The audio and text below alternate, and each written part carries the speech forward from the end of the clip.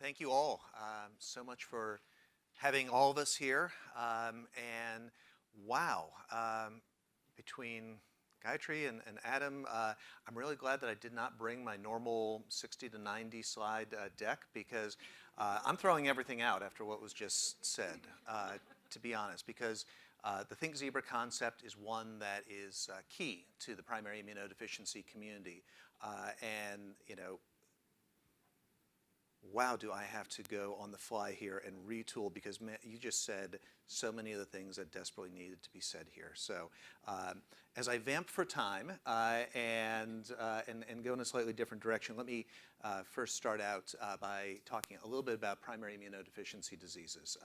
Given that most of you knew what FA was, I'm going to guess that most of you know something about primary immunodeficiency diseases. But for those who don't, I'm not going to make you raise your hand and embarrass yourselves. I'm just going to tell you a little bit about it. So primary immunodeficiency diseases are intrinsic or genetic defects where a portion of the person's immune system is either not present or is not functioning properly.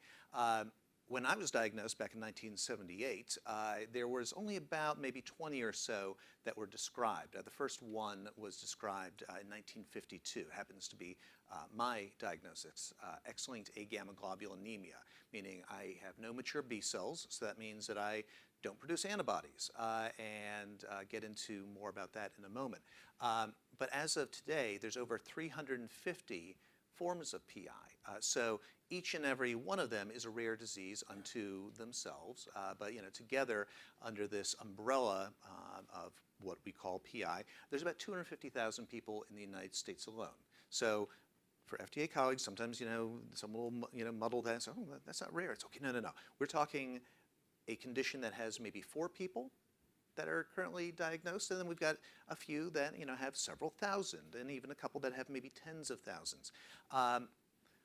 But of course, like with all other rare diseases, or most rare diseases, they are invisible illnesses by and large, and the Think Zebra concept is critical, because essentially what happens is you get a child who gets sick, and they get sick a little bit regularly, or they get sick a lot and very dramatically.